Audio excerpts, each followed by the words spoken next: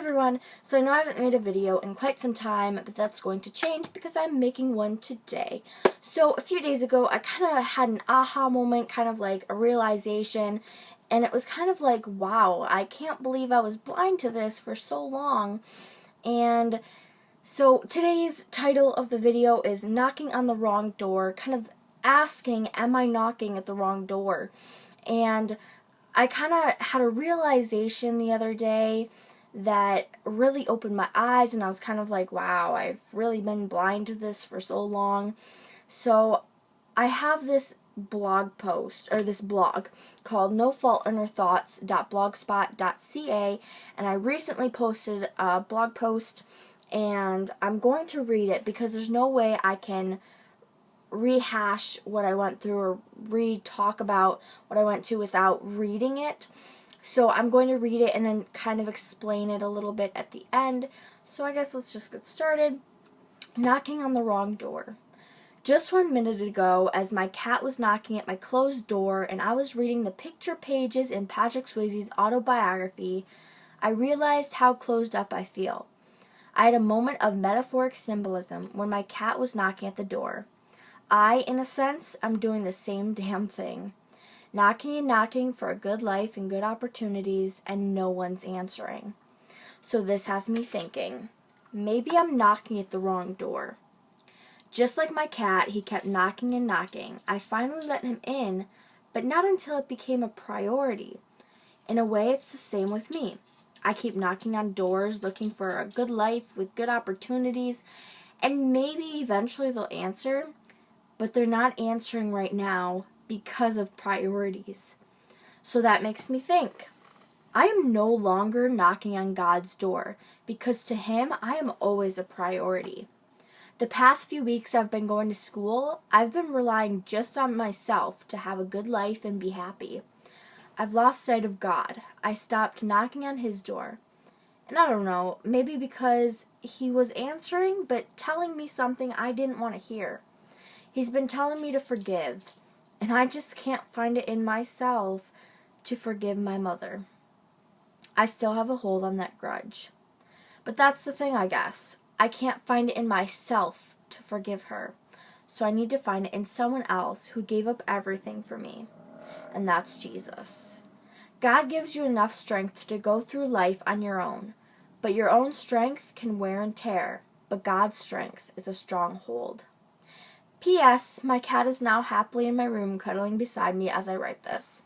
So that is what I wrote, and I really realized something that day.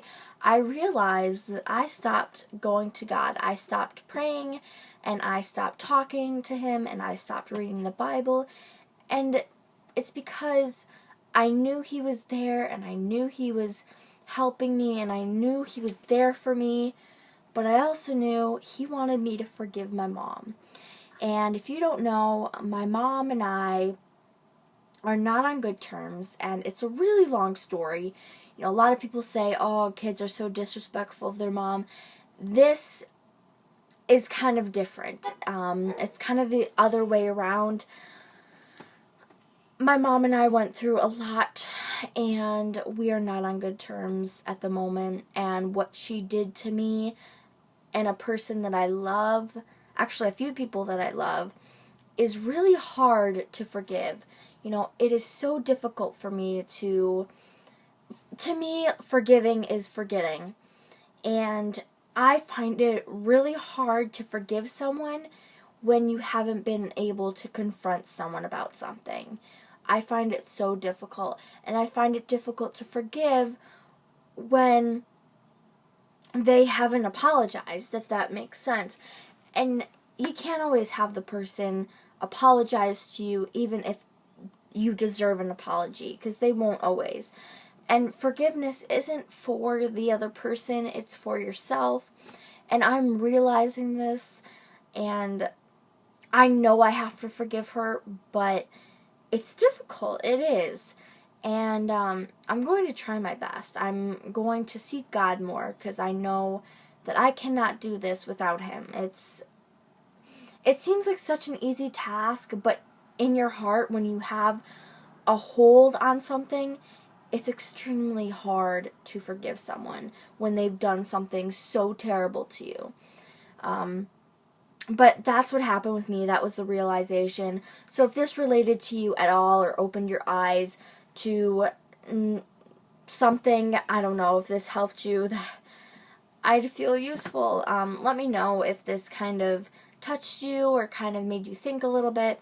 You know, just comment or don't comment. It doesn't matter, but this was kind of a realization for me, and I hope this helped you in a way. See something a different angle. I don't know. Thank you for watching. Thank you for listening. If you want to check out my blog, wink wink, check out my blog.